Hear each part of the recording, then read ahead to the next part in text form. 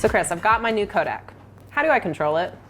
Well, with the portable units like the Access NX Portable and the Access to USB Portable, you have some nice built-in touchscreen interfaces. This one requires a stylus, and this one you can use your fingertip.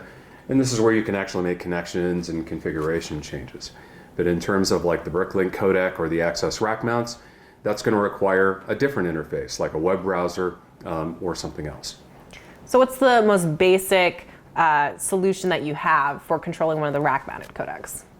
Well, you can use what's called the toolbox interface, which you can get to by going through the device manager application, or you can also use a web browser to do that. And the way you get into that is by typing in the IP address /CFG.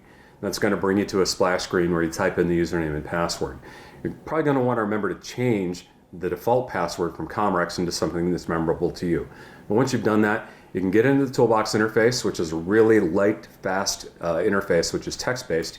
You can make connections and configuration changes, and it's very simple. Now, if I want a browser-based interface that has a little bit more to offer, maybe shows monitoring, audio statistics, what have you got? Well, by default, you have the flash-based interface, and it's going to require that you have Flash installed on the computer that you connect to your codec with.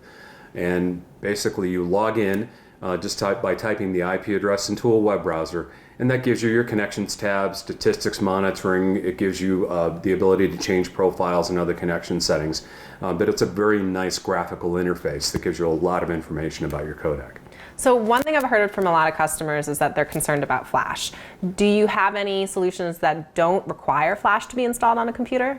We do. So if you update your codec, it's a firmware 4.3 P4 and above, there's an HTML5 interface that does not require Flash. So you can type in the IP address /react, and that brings up the graphical HTML5 interface, and it's a very nice, clean interface that gives you everything that you're familiar with in the Flash interface. And say I don't want to use a browser. Do you have any solutions to control the codecs that way? We do have two solutions. We have something called Codec Commander and another app called Fleet Commander, which are Windows-based applications, and we'll talk about those in a different video.